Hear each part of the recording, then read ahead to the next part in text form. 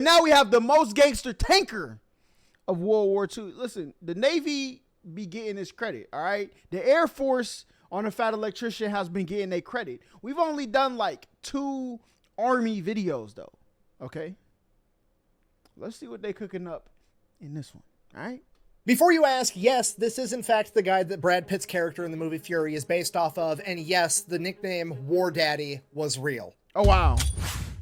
Today we're talking about the most gangster tank commander in American history, Lafayette Greenpool, his incredible crew, and their infamous M4A176W Sherman tank, known by its moniker painted across the side, In the Mood. This video is brought to you by War Thunder, the best and most realistic vehicle combat video game that has ever been made. This game has over 2,500 tanks, planes, helicopters, boats, and ships. Seriously, pretty much every vehicle that's been used in armed conflict from the 1920s until modern times is in this game. My favorite part about this game is the history, Easter eggs, and how realistic it is. For example, since we're talking about Lafayette Greenpool, we can actually go in, pick his exact tank, the M4A176, and then we can customize it to put In the Mood on the side of it, just like he had on his tank. And then you can hop over to X-ray mode and see how much work they actually put into this game, making X-ray versions of every single vehicle, showing the crew and the different components of all of it. And then they use this X-ray mode in gameplay, so when you shoot at an enemy tank, you're not just shooting at the tank until it blows up. You can shoot the enemy tank and disable the tracks. You could take out the engine, you could kill a single member of the crew, or you could take out the entire crew. And the best part about all of this, it's free on PC, PlayStation, and Xbox. So if you decide you want to give it a try, I will have it linked in the description down below, and when you use my link, you're going to get a bunch of free stuff unlocked right off the bat. Vehicles, skins, in-game currency, everything you need to get started. It might be time for me to join. It might be time for me to join. Hey, listen, nothing is better than free stuff, okay? They give you free food, it tastes better. You play a free game, it's the best. Hey, y'all was there when Fortnite dropped. Let's relax. So go check it out. Let's get back to the video. Once upon a time, July 23rd, 1919, 2 twins would be born, John Thomas Poole and his younger brother by 5 minutes, Lafayette Greenpool. They both spent their entire childhood growing up in Texas. The Great Depression happened when they were 10 years old. Despite that, they were both star athletes in middle school and high school. And then when they graduated from high school in 1937, John and Lafayette, the 2 brothers, wanted to join the Navy together. Like everything else they've done in their life at this point, they go down to the local recruiting office together and they both sign up for the U.S. Navy. Then they go to get their physicals. John passes with flying colors, but Lay, on the other hand, is rejected because his eyesight isn't good enough because he has one bad eye from an injury from when he was younger, which is turning into a weird pattern at this point because there's a shocking amount of badasses that are originally rejected from the U.S. military for apparently having bad eyesight. I mean, off the top of my head, we've got Lawson Red Ramage, the first submarine commander to earn the Medal of Honor, which I don't know why your vision needs to be super good inside of a submarine, but whatever. Then we've got Willis Ching Lee, literally an Olympic sniper that was the greatest battleship commander of all time, that after he had won the Olympics for sharpshooting was told that his vision wasn't good enough. And then, of course, we have Jay Zemer, Medal of Honor recipient, the pilot of the most decorated air crew in U.S. history that was also rejected because his vision wasn't good enough. And now we have Lafayette Greenpool, the greatest American tanker of all time, also being rejected because his vision just isn't quite good enough. Now, that being said, here's where Poole's just a little bit different from those other heroes. He's trying to join in 1937. World War II has not kicked off yet, so he's not overly motivated to join the military. So, unlike the other 3, he does not cheat on his eye exam to get in. He decides that he's just gonna go off to college and become an engineer. So that's what happens. John ships off to go get trained for the Navy. Lay decides he's gonna stay around town. He helps his parents out on the farm. He goes off to college to become an engineer. And he also decides that he's gonna start boxing to earn some extra money on the side. And over the course of the next 3 years, he never loses a single match because he is an incredibly talented boxer. Then, September 16th, 1940, America decides to reinstitute the draft because World War II is looming on America. Because of this, Lay decides that he's going to try to join the military again, but he's concerned that the Navy still has records of him failing his vision test from a couple of years ago. So, instead, this time, he goes to an Army recruiter, gets signed up, goes to the physical, and this time, he does what all great American heroes do. He cheats on that eye exam and he passes. Seriously, the impact that a bunch of dudes cheating on the eye exam to get into the military has had on the world that we live in today is profound. That's what I'm saying. Off to training. Why none of the good vision people became legendary, okay? All of the people that we've had Had to cheat their way in, you know what I'm saying? Sells at everything he does, and then every time he gets leave, he's always going out and taking boxing prize fights to win more money on the side. So he finishes training, gets assigned to the 32nd Armored Regiment, where he rapidly becomes a sergeant and a tank commander, again continuing to box every second he can. As World War II ramps up, the 32nd Armored Regiment's training gets more and more intense as they get put in different climates in different places all over the country. They train in Louisiana, they train in Pennsylvania, and now they're out in the Mojave Desert in California. And at this point, Poole's developed quite a name for himself. Everybody knows who he is. He's a 6'3" boxer that's 41-0. He's never been defeated, and he is one of the best, if not the best, tank commander that they have. And because of this, he gets a little bit of sway with how things go. So he actually goes out and starts picking his own tank crew, and he picks the best of the best. In the driver's seat, he's got 24-year-old Private First Class Wilbert Richards, aka Baby, a nickname that he got when the crew was out for dinner one night at a diner, and the waitress looked at him and said, "I didn't think they let babies join the army." Despite having a baby face, Poole said that he was the best tank driver in all of World War II. He was so good that he could parallel park a Sherman tank in the middle of downtown New York during rush hour traffic. In the gunner's seat, we have Willis Ollier, aka Groundhog, a nickname that he got in the Mojave Desert because he constantly wore his goggles and had dirt rings from the goggles around his eyes at all times. That's crazy. He is the oldest man in the crew at 28 years old. He was a factory worker at an ammunition plant. He was exempt from the draft, but he wanted to go to war anyways, so much so that he had to go to the government to get permission to quit his job so that he could be in that tank. But listen, I will say this. I see a lot of, talk about the new generation, all right? Me personally, I might not be built to be like, let me quit my job. I'm exempt from the army, but I'm going, okay? That's all I'm going to say. They was built different back then. At loader, we've got 21-year-old Delbert Boggs, aka Jailbird, a nickname that he got because he was allegedly there because the judge gave him the option of go to war or go to jail. Standing at only 5'6", 120 pounds, Jailbird had probably the most physically demanding job in the entire tank crew. Despite his stature, he was able to load that gun faster than Poole could say fire. And then at assistant driver and bow gunner, we have Arthur Reed, who has not quite earned a nickname yet. The crew then decided that their fearless leader needed a nickname too. Poole was already becoming a legend. He was an undefeated boxer. He was one of the best tank commanders America had, and he made sure that everybody in his crew was squared away and taken care of at all times. He took complete responsibility for them. He was just like their dad, and for that reason, they gave him one of the coolest nicknames ever, and the same one from the movie Fury, War Daddy. Oh, War Daddy. I forgot he said that earlier. Don't fuck yourself, War Daddy. Coffee's too high. Still owe me 40 bucks. Unlike the movie, however, Poole did not decide to name his tank Fury. He gave it a nickname that is 1,000 times cooler, and Hollywood decided to change for no good reason because they named their tank In the Mood. When asked what that meant later, Lafayette simply said, "That's just how I felt at the time.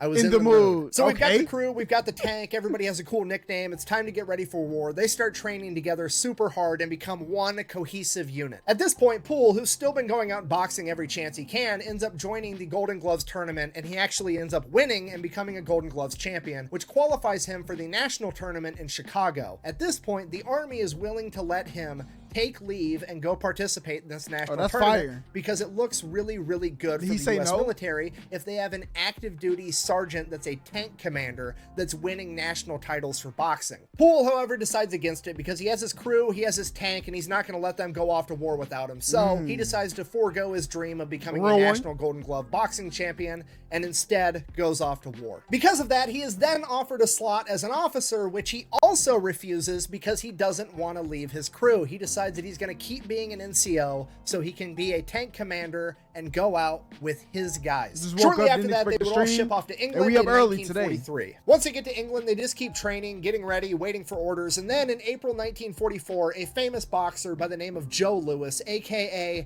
the Brown Bomber, comes over for a morale mission where he's going to box with some of the troops, you know, get everybody ready for war. He got knocked out by him. Doing something cool, and guess who gets slotted to fight him? Yeah, Lafayette Poole boxes Joe Louis 2 months before D-Day. And if you don't know who Joe Louis is, he's literally one of the greatest boxers in the history of the world. Crazy. This dude has 69 wins with 52 knockouts. He has one of the longest reigning title runs ever. He is on a different level than Lafayette Greenpool for sure. Despite that, everybody's hyped. The entire regiment is going to show up to watch War Daddy go toe-to-toe with the Brown Bomber, and it's going to be the coolest thing that's ever happened. So they have this boxing match, and you have to understand, this is a recipe for disaster, because Joe Louis is just over here trying to do the right thing, help with the war effort, raise morale of the troops before they go off into battle. You know, he's being really cool about this whole thing. He's going from unit to unit, and he's boxing a new army guy golden glove over there night for like what just happened? Months straight. So I mean, this is nothing more than a glorified sparring match to him. He's not going in there trying to actually hurt the army guy. Hopefully the army guy's not going on to hurt him. He's just going out there to put on a show. Poole, on the other hand, remember, just gave up his dream for a national title in boxing so that he could go to war, and now the world heavyweight champion is there and he gets to box him. So in the back of his mind, there's got to be a part of him that's just like, I mean,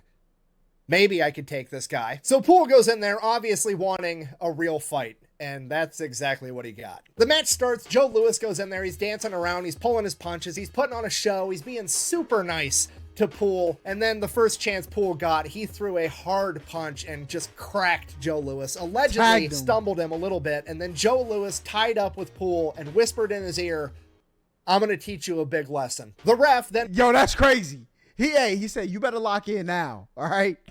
Because we ain't here. Broke him apart, and Joe Louis proceeded to beat the shit out of Poole in front of the entire regiment. Poole is later quoted as saying that he was turned any which way but loose by the Brown Bomber. Now, the silver lining is that Poole somehow managed to not get knocked out, which is an achievement in itself going up against Joe Louis. And just so we're clear, if you're not familiar with combat sports, Joe Louis is absolutely not being a dick right now. This is 100% expected. This is how everybody acts in that situation. And Lafayette Poole knew that's how this would go down the minute he decided to crack him, because he had like 40 plus boxing matches. He knew what he was getting into. He got exactly what he was looking for, and it's absolutely hilarious. And in War Daddy's defense, it is actually way cooler to say I got in a legitimate fight with Joe Louis and survived, even though I got my ass beat, than it is to say I had a glorified sparring match with Joe Louis one time. And pretty much everybody else agrees, and this serves to grow Poole's reputation even more. Fast forward 2 months, June 23rd, 1944, War Daddy and his crew would arrive at the beaches of Normandy 2 weeks after D-Day. For the next 5 days, they would make their way to the front lines, following the trail of destruction left by the Allied forces before them. Like, just imagine all them tanks rolling through a country. They would go out on their first mission, attempting to drive the enemy further back. Using a combination of tanks and infantry, they would drive off the main road through crop fields, and they would cut through the different fields, and each field was divided by this thin row of trees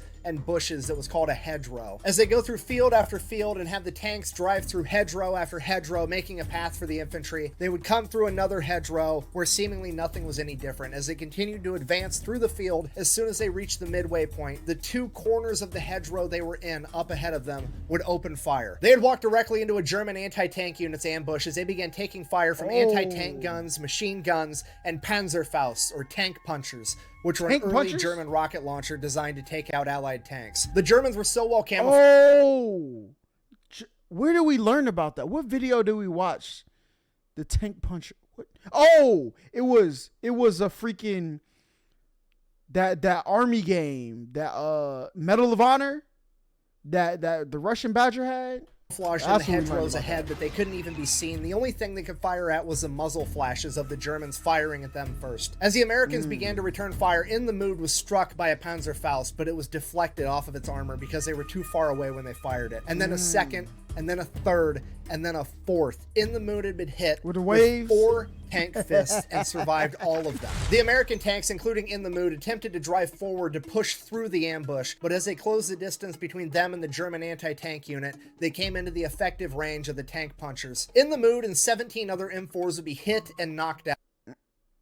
As Poole ordered his crew to bail out, he would come to the Mood, and 17 other M4s would be hit and knocked out. As Poole ordered his crew to bail out, he would come to the realization that his bow gunner and assistant driver, Arthur Reed, had been killed in action on impact. With so many tanks knocked out, the entire unit was forced to retreat, and in a matter of minutes, enlisted, that's what it's entire called. battalion had lost 25% of its men, 177 soldiers, and 18 tanks. So Poole's unit falls back to the rear, and they begin consolidating, figuring out how many people died, how many tanks they lost, refitting, getting reinforcements, getting everything done, and Poole receives word that his tank, while it was knocked out, is salvageable, and it's going to be up and running in a couple of weeks. At this point, most tank crews would be like, cool, I'll take a couple of weeks off hanging out back They here, was like, nah, not we getting good. ambushed. But War Daddy and his crew are absolutely furious that their friend was just killed, and they want to get back in the fight now, not in 2 weeks. So Poole demands a new tank, and his chain of command, seeing that their golden boy wanted a new tank, turns and says, here you go, and they give him their very first version of the new Sherman M4, the M4A176W, with an even bigger gun that's more capable of going toe-to-toe with German tanks. They are then immediately given a replacement bow gunner and assistant driver by the name of Bert Close, a 19-year-old kid that looks like he just got out of a high school classroom, and for that reason, he is immediately given the nickname Schoolboy as they paint In the Mood 2 down the side of their new tank and go back into the fight. Poole said he learned more in that first 3 minutes of combat than he did in the 3 years of training prior to that. He took note of how the Germans put their main anti-tank guns in the corners of the hedgerows to triangulate fire at the middle of the field, and they waited until they got into the middle of the field before opening fire so they couldn't retreat back into the hedgerows easily. For that reason, every time they cut through a hedgerow, they would immediately use the main gun and fire on each corner ahead of them, and then rake everything in between with machine gun fire, attempting to ambush the enemy first. And this extremely slow, painstaking form of combat went on for the first month. Just field after field, ambush after ambush, fight after fight. That's it took crazy. them a month to go 5 miles further into enemy territory. And this wasn't just Poole's unit. This was the entire military fighting tooth and nail for every inch of land that they got. Because of this, General Omar Bradley 5 decided to miles, launch 1 Operation month? Cobra on July 25th. The plan was to bomb the enemy first, and then bomb the enemy again and again and again, and then roll in with tanks and take care of whatever's left. On July 26, 1944, Operation Cobra will reach its apex when 3,300 Allied bombers dropped 14,000 tons of bombs in the span of 3 hours. Just for the record, so we're all clear, 14,000 of bombs in the span of Allied bombers dropped 14,000 tons of bombs in the span of 3 hours. Just for the record, so we're all clear, 14,000 tons is over 30 million pounds in 3 hours. With all the bombings breaking down the enemy line, the combat pace really picked up as In the Mood started traveling miles a day instead of miles a month. During that time, In the Mood 2 would come toe-to-toe with its first German Panther tank, and it would take it out in a single shot with its new and improved 76mm Boy, look like cannon. Steph From Curry that out moment on, there. War Daddy, his crew, and In the Mood 2 led point on pretty much every single mission his unit ran, and he was driving the enemy back as fast as humanly possible. In the following days, it became pretty apparent to pretty much everybody that War Daddy and In the Mood 2 were in fact the main characters of this story, as he began sitting up higher and higher in his commander's position on the tank. Pretty soon, the other tankers began to describe it as he was sitting so high up on the tank that it looked like he was riding it like a bull, showing off his cowboy boots. Over the next several weeks, they put so many miles on In the Mood 2 and drove through so many hedgerows that they wore out the engine and it needed to be replaced. That's and at crazy. this point, Poole, being who he is like, I'm not waiting for that thing to get Give fixed. me another Just tank. give me another tank so In I the can keep Mood fighting. 3. And the chain of command is like, actually, that's perfect because now your original tank is fixed, so you can just have that one back. No,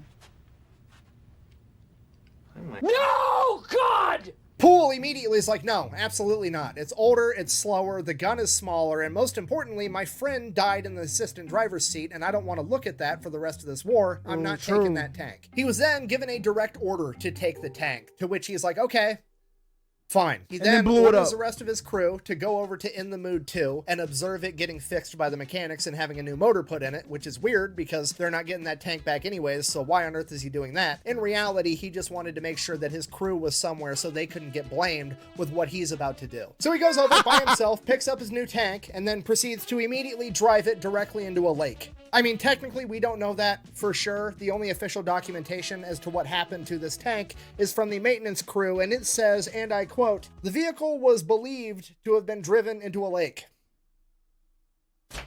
And at this point, the chain of command is just like, okay, well, I mean, let's hold on.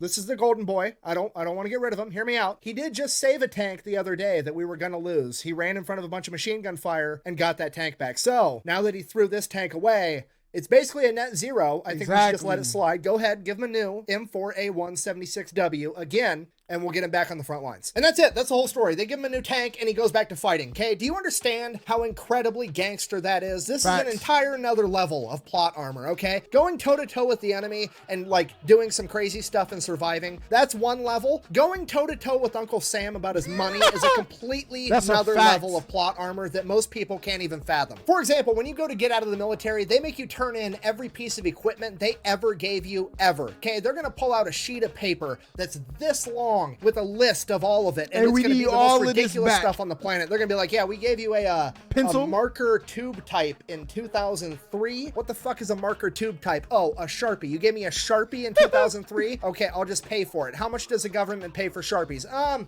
$79.95 is what we pay for fucking Sharpies around here. And then you have to pay the government $79.95 for a Sharpie that you lost 20 years ago. Otherwise, they negatively impact your credit score. The rest of us mere mortals are over here getting harassed by the U.S. military because we lost a canteen cup at some point. Meanwhile, War Daddy's over here waterboarding an entire tank and just walking away like nothing happened and nobody cares. This is an unprecedented level of plot armor. So that's August 16th. He gets his new tank in the Mood 3. August 17th, the very next day, they come into a humongous battle. They catch up with an entire German armored unit that has 12 tanks. Luckily, the Allied forces at this point in time have air superiority, so they radio in for some planes and they come in and they bomb the entire Panther unit. Then after the planes drop a bunch of bombs all over them, then all of the American Sherman tanks start to advance. And then a couple minutes later, another group of American planes come. They were either P-38s or P-47s, depending on which source you want to read. Doesn't really matter. Either way, American planes come, and then they proceeded to bomb everybody, the American tanks included. And during this bombing run, in the Mood 3 and the tank next to it would both be hit. Luckily, nobody in War Daddy's crew would be hurt. However, both of the tanks were knocked out. At which point, the battalion commander orders everybody to fall back because things have just went catastrophically wrong. Poole orders his men to all bail out and run back. Baby the driver and Jailbird the loader, both cool, dope. They hop out of the tank, they run back. It is now Poole and Schoolboy left inside this tank. The other tank right next to in the Mood 3 also bails out and they all run off. However, one of those crew members is hurt and they're laying on the ground. War Daddy sees this, hops out of his tank, runs over to try to save this guy, drawing all of the machine gun fire from the German side on in the Mood 3. War Daddy ends up making it over to this other tanker and helping to save him. However, Burt Close, Schoolboy, is now pinned down underneath in the Mood 3, so he just digs in and buries himself underneath the tank, hoping that he's not hit by enemy machine gun fire or an American plane. So that's all he does. He just lays underneath the tank and kind of buries himself in the dirt, and he waits, listening to the machine gun fire bounce off his tank as he hears American bombs exploding. That has to be one of the scariest feelings. And 10 minutes go by and suddenly somebody runs and dives under the tank and it scares the shit out of Burt Close. And he looks over, it's an American. War so he Daddy kind of relaxes for a second, but that dude doesn't see Burt yet. And Burt Close, Schoolboy, recognizes this guy. It was his friend from basic training that he hadn't seen in like 2 years. And Close remembers on the first day of basic training, this guy got asked a question by the drill instructor and he told the drill instructor, I don't know. And from that point on, throughout the rest of their training, that particular drill instructor would always tell this guy, what do you know? Bearing that in mind, Schoolboy asks the guy, hey, what the hell happened? And that guy responds, I have no idea. To which Schoolboy responds the same thing the drill instructor would have responded. What do you know? And that guy whipped his head around, recognizing the voice of his friend, and they were reunited after like 2 years not seeing each other, not knowing if they were alive. They've just ran into each other in the most unfortunate circumstance on the planet, and then they just hung out for the next hour in the middle of this firefight, catching up, because there's literally nothing else they could do, and it's the most army thing I've ever heard ever. So while Close is catching up with his buddy, War Daddy makes his way back to safety. He carries that injured tanker with him, and then he realizes that he's missing Burt Close, Schoolboy, and he was not about to lose another assistant driver and bow gunner, and he is ready to run back into hell to go get him too. He is then physically restrained and given a direct order to not. So like an hour goes by, Schoolboy and his buddy are just chilling underneath the remnants of In the Mood 3, waiting for the bombs to clear up. Finally, the German armor unit's forced to retreat. They get the all clear, the planes aren't going to be coming anymore, and then they just kind of get out from underneath the tank and walk back and everything's okay. So now the next problem is that In the Mood 3 is gone, they no longer have a tank. Now they need In the Mood by that time they had already replaced the motor in the Mood 2, and they were ready to hop back in that. So the next day, August 18th, 18th through August 26th, War Daddy and the crew of In the Mood 2 go ham. They spearhead every single mission, driving further and further into enemy territory, wrecking absolutely anybody that gets in their way. Poole and In the Mood 3 are leading the entire 3rd Armored Division deeper and deeper into enemy territory, and during this point of the war, the 3rd Armored Division earns the nickname the Spearhead Division because they are leading the rest of the military into the fight because they are advancing so rapidly. It is literally the largest unhealthcare system in the world being spearheaded by War Daddy and his crew of In the Mood 2. They're pushing so hard, so fast into enemy territory that they start getting direct orders from the battalion commander to slow down and let everybody else catch up. There's accounts of In the Mood 2 taking out entire infantry companies by themselves, 250 men in a single day. And somehow, presumably divine plot armor, despite the fact that they are the first and sometimes the only one into a fight, they go completely untouched every single time. Then, August 27th, they come across a major set of train tracks, at which point they're all like, I got an idea, let's line the tanks up and wait. And that's what they did, and they waited. And they waited, and like 8 hours later, here comes a German train full of all types of cargo and equipment, they blew and that tanks joint and to armored smithereens, vehicles rolling down the tracks, and a bunch of Sherman tanks just opened fire, turning the entire thing into a shooting Swiss gallery, cheese, destroying absolutely everything on this train. At which point, Poole is like, cool. Now that I know which direction the trains are headed, I'm going to go get the next one. And he takes off heading the opposite direction that the train is going to be coming. So he's going to catch this train before anybody else. And sure enough, like an hour later, here comes another train headed in the exact same direction. It is now In the Mood 2 and this train going head to head as In the Mood 2 starts firing 76mm rounds into the engine of the locomotive. After 2 shots, it completely destroys the locomotive engine as the rest of the train glides to a halt. As they pull around and the rest of the train comes into view, there are 4 German Tiger II tanks on this train. They haven't even ran into one of these in combat yet, and there's 4 of them sitting dead on this train, but the Germans are running to get in the tanks to use them as artillery and get the guns aimed at In the Mood 2. And one of those German guns will absolutely destroy In the Mood 2. Probably with a single hit. At this point, Schoolboy starts using his 30 cal machine gun, and War Daddy starts using the 50 cal up top to shoot at these. Yo, my man said, I want to ride. Pause, big dog. You're done. German Tiger tanks,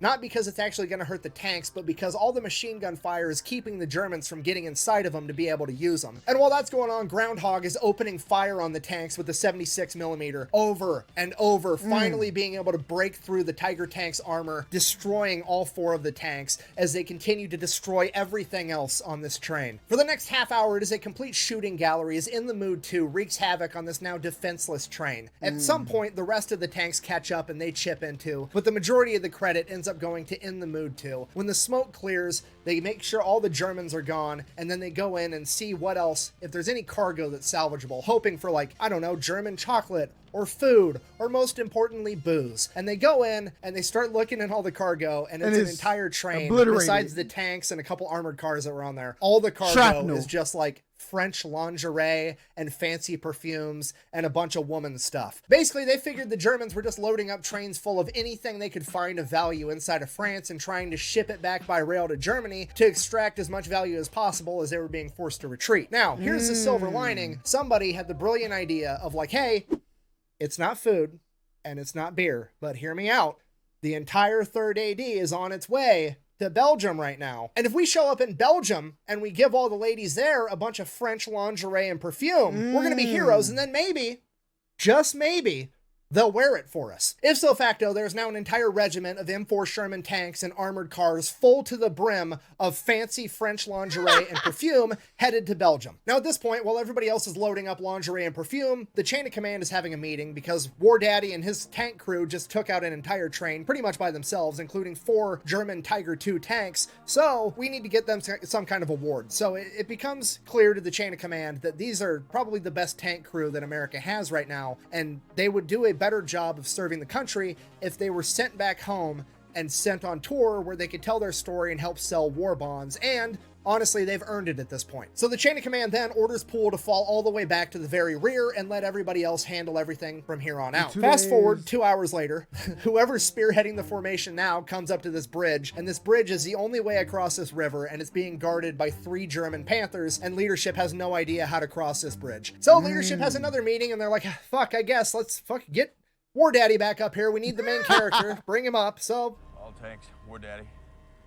Looks like I'm in. Poole gets the order. He pulls out of the formation, drives to the very front. Again, he's been gone for a whole 2 hours. He gets to the front, gets briefed on what's going on. He evaluates the situation. He looks off in the distance. There's this big hill on their side of the river. So he's like, okay, you guys stay here. I'm going to go handle this. So they drive up to the top of this hill. He now has a good view of the rest of the river, and he can actually make out one of the German Panther tanks. He can't see the other two. He doesn't know how many are there. He just knows they're there. They're so well camouflaged, but he can see one of them. So he takes aim and he gets them ready, and he's like, we're just going to rapid fire this entire thing. He opens fire, and as soon as he fires, there's another round in by Jailbird, and they fire again. No, Jailbird really about his business. Again, okay. And they take out this first Panther tank, and they do it so fast, and they fire so many times that all the other tanks think that they're getting ambushed, and they start retreating. There was only two tanks there. He sees them once they start moving, but those tanks take off, thinking that there's way more tanks than just one attacking them. That's crazy. Meanwhile, Poole's entire unit's kind of just sitting there like listening, hearing tank fire in the background, wondering what's happening.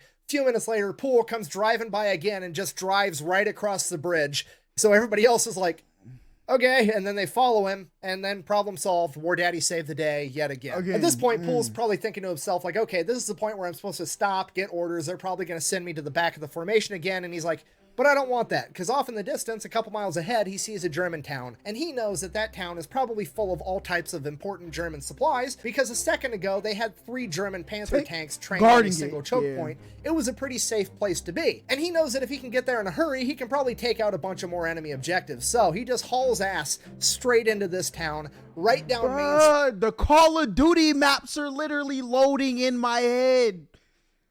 See, I was out here playing hardcore domination, playing the objective, never knew I was inside of history. You know, I was like, come on, man. And sure enough, there's 4 German ammo trucks full of German war supplies, and he takes out all 4 of them by himself as the rest of the unit is desperately trying to keep up. After a while, some of the other tanks finally catch up to Poole, but Poole keeps leading them deeper and further into enemy-held territory. And they were good with these maps, that too. night, they'd be ambushed by more Panther tanks. And that ambush started by one of the Panther tanks shooting directly at In the Mood 2. Luckily, it was a glancing blow, and everybody was okay. In the Mood turns, returns fire, and scores a direct hit, knocking out the tank as the German crew bails out. But the tank didn't burst into flames yet, and that's not acceptable. So, In the Mood 2 advances to shoot this tank again. As they hit it again, the whole thing blows up, as In the Mood 2 gets hit again from another Panther tank. And again, it glances off the armor, and everybody's okay. But they don't know where the hell it came from, because it's so dark out, they can't actually see anything. So now, they're just waiting. And they're waiting, and they're kind of moving back and forth, and this Panther tank fires at him again, and they could see the muzzle flash. The Panther missed, and In the Mood starts returning fire just in that general direction, firing blindly. And after 4 or 5 rounds sent that way, they see an enormous explosion and flames as they had scored a direct hit on the enemy Panther. Yo, they had the drop on them. You had them dead. They didn't even see you. And you got turned on. All right. Now, if you ever play Call of Duty and you get turned on, you're a bum. Disconnect your controller, cut your console off, power down your PC. You're done. A tank got turned on. Yo, they are bums. They're bums. Panther tank with pure luck. Any remaining German forces are forced to flee, and that was the end of that battle. They bed down for the night. They get some more gas in the tank. They get everything fixed. They eat some food, and the next morning, they take off again, driving further into enemy-held territory. The next morning, War Daddy and In the Mood 2 take off, hauling ass with the rest of the tanks. Poole figures that those 2 German Panthers ambushed them because they were trying to protect something, and he wants to find out what it was. So, he keeps charging deeper and deeper into enemy-held territory. That's crazy. And that's when he comes across an entire German supply convoy. And yet again, War Daddy and In the Mood proceed to turn this entire supply caravan into a shooting gallery. In the Mood alone is credited with destroying over 100 vehicles, 2 German Panther tanks, 2 other tanks, 3 German 88 anti-tank guns, claiming over 50 enemies KIA, claiming 63 as prisoners of war, and a ton of others wounded. When the smoke settles from this and the leadership gets to figure out what actually happened, it is decided that the In the Mood crew is all going to receive Bronze Stars, and Lafayette Poole is going to receive the Distinguished Service Cross. He would also be nominated for the Medal of Honor, but that was rejected for some reason. Something to do with being in a tank is a team effort, and he didn't do it by himself, so he doesn't deserve. Didn't they give the people on the Eager Beaver crew, one of them, the Medal of Honor? How is a tank a team effort, but not a plane? How? All right, I got questions, man. I got questions. Didn't they give the dude in the submarine a Medal of Honor? How is a submarine not a team effort, and a tank is a team? Somebody, listen. They can't be disrespecting the Army like this, okay?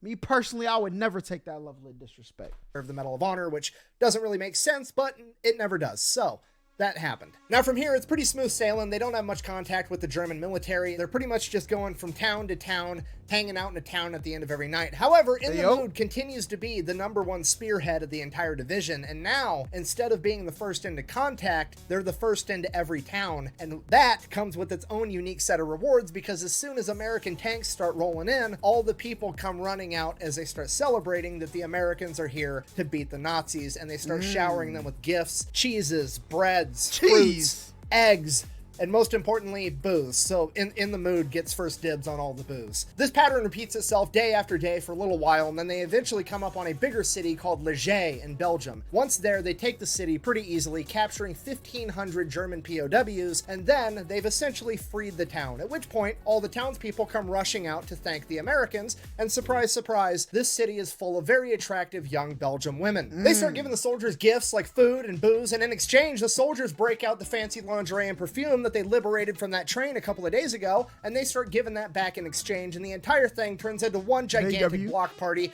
that kind of ends up turning into a shit show, because all the soldiers spread out as they start sleeping with all these young women, showing them that inches are in fact better than centimeters, and everybody's just completely hammered. Which was fine, there was nothing wrong with that, right up until the next morning when the chain of command got the order to move out immediately. At which point the leadership, A, they're hungover, but B, they're kind of looking around, it's just like there's passed out people drunk all over the city, on the sidewalks, in the streets. It's chaos. The soldiers are all spread out because they all went home with different women. They don't know where like 75% of their soldiers even are. They radio back, they're like, we're gonna need a couple of days to regroup. We had an issue in town here. So after that, they spend the next couple of days regrouping and getting ready to move out again. After they get regrouped, it's off to the Siegfried Line, the border of Germany, guarded by dragon's teeth, mines, machine gun positions, and barbed wire. They have to finally make their last push and break into Germany. On their way to the Siegfried Line, Pool's informed. I'm playing all the Call of Duties. That's gonna be my summer. That's gonna be my summer.